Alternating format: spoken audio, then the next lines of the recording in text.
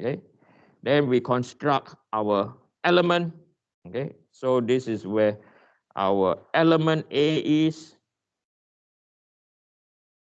Okay, element A, and over here is our element B. Right, then I will construct our neutral axis or centroid over here. Right, so I forgot when last week did I say construct neutral axis or centroid? I better use the same term. I don't want to confuse you guys. What did I say? Or maybe the week before, or the week before. I can't remember now. This is bad. Neutral axis. Okay, I call it the neutral axis. Okay, so I'll call it neutral axis down here also. Okay, right.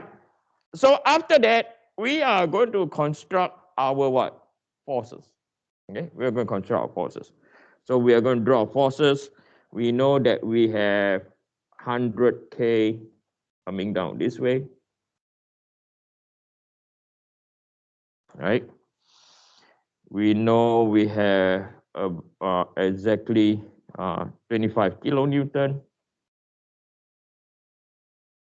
going that way. We have 8 kilonewton twice.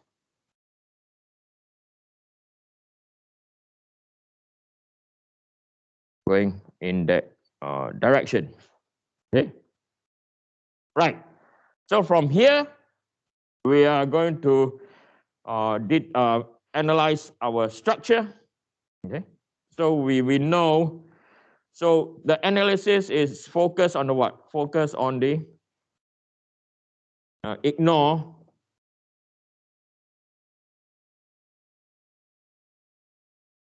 the dots and crosses. Yes or no? Just analyze the full area. So from here, we are aware that we have a PZ, right? Now, PZ, okay, before I go to PZ, our coil is our axial force, PZ. Okay. Why PZ is our axial force is because it is acting aligned, in line, not aligned, in line to the neutral axis.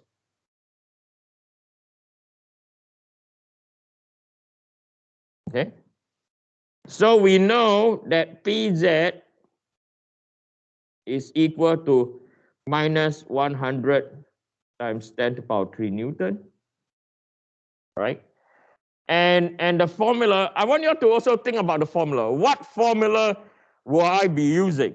Because it's axial load, right? Because it's axial load, stress Z is equal to what? PZ over what? A. Yes or no? Axial load. So it will be what? Minus. Then you put brackets.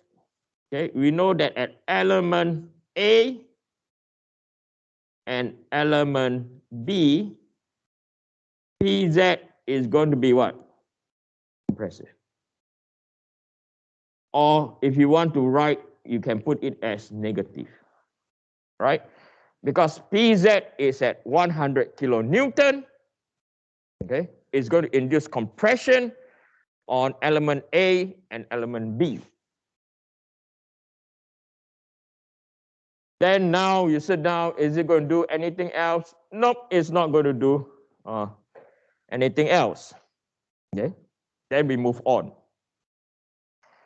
Then the next thing we come in mind is our moment in the y direction. Okay, so we are going to find the moment, so not in the moment acting on the y-axis, acting on the y-axis.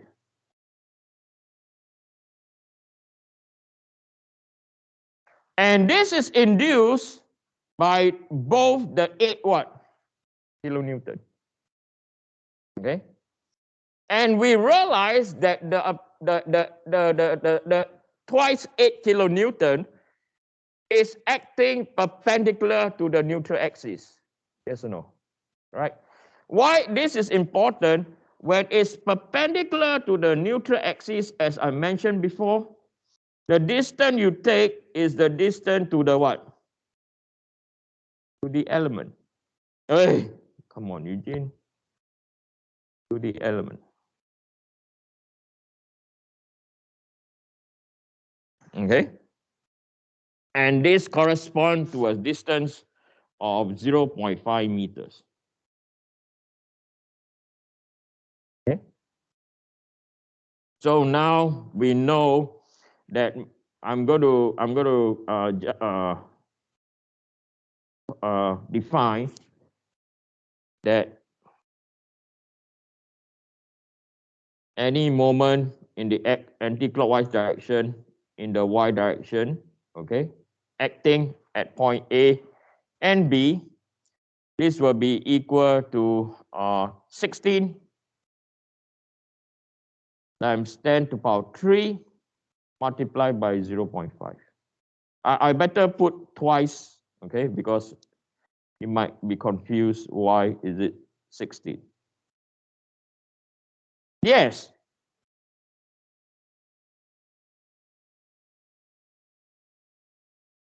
Oh, you're right. I only saw the. You're right. Thank you. And who are you? Where? Oh, yeah. You're right. Okay, it's 0.6. I got this wrong. I owe you so many beer leaf. Okay, so that is. I thought it was someone from the speakers. Thank you. Or not, I'll be confused again. So 0.6. So this will be equal to 2 times 8. 2 times 8 power 3 times 0.6 for 9,600 Newton meter in the anti-clockwise direction. Okay. So remember what I taught you guys, right? Is anti-clockwise. It's going this way. Moment about y, right? And we know that this is compression. On the other side, this is going to be what? Tensile. Okay. So again, we can analyze whether what will this moment do to our what? Elements. Okay. So if you see the procedure, the first few stages are critical. Okay. Is the what? Analysis. The analysis part is important. Okay. Okay. So now I'm going to I like the continuity, and I'm going to copy this, and I'm going to put it to the next page. Bear with me. Okay.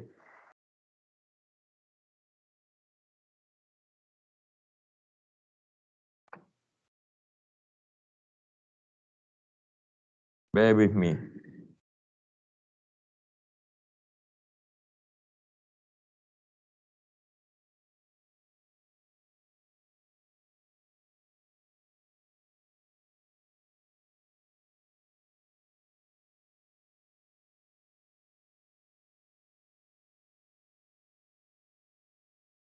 Okay. Thank you for bearing with me. Okay. So we know there is 9,600 Newton meter. And if we look at the formula, we know that we're going to apply stress Z is equal to my over Iyy multiplied by x. Okay. And we know from here, right, by looking at the moment vectors, we know that element A is going to see compression, and element B is going to see tension. Okay, so my negative is compression, my positive is what? Tensor. Okay.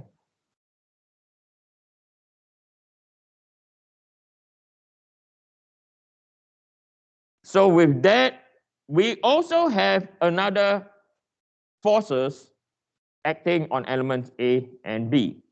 Okay. So we are going to have our V in the X direction. Okay. So this 8 twice 8 kilonewton will not just induce a moment, it's also going to induce a what? Shearing force. Yes.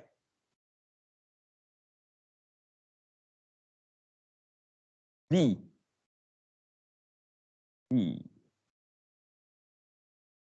Stress B. Because it's not exactly at the centroid. Okay, so if you see there is a slight distance. Okay, it's not exactly on the centroid. Okay. If later on, if you see it's possible to be zero, then you call it zero. But for now, due to our moment analysis, because it's on right on the hand side of the center. Okay. So now we know that Vx is equal to 16 or 8 times 10 to the power 3 plus by 8 times 10 to the power 3 is equal to 16 times 10 to the power 3 Newton. Okay. Now this is where things get tricky, right? What is going to happen to what stresses are going to induce on Vx? Okay, what are the shear stresses? So we know that the shear stress, okay, shear stress is equal to Vx. Now you realize I only put shear stress because at this present moment I have not a clue. Is it I know it's going to be on the Z plane. Is it ZX or ZY? I don't know yet. That's why I don't dare to claim either one of them. Okay. So you look at over here, the formula we're going to apply is Vx over Iyy Qy divided by T. Okay, because it's Vx. But what is the shear stress acting at point A? What is the shear stress acting at point B? We cannot view from here. Okay, so what I'm going to do next is I'm going to take this diagram over here. Okay, I'm going to bring it down here. And we are going to perform thin wall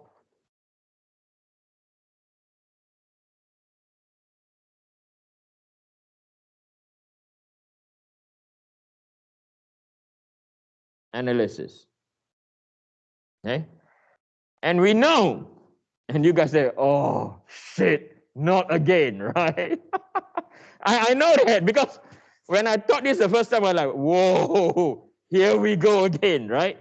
So we are aware that we have a Vx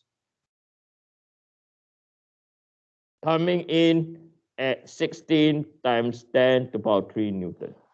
Okay, we know that. I'm going to draw this bigger. Right? And then we using thin wall analysis, we are going to construct our shear flow. So this is our shear flow now.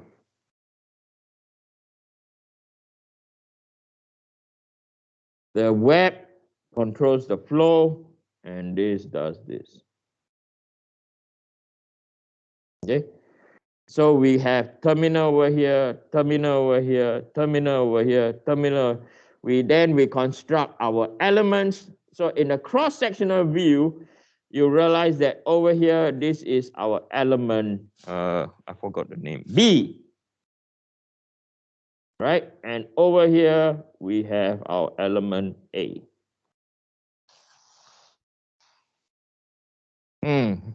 Interesting now, isn't it? Right? So from here, we know Okay, so we know that the shear stress of element A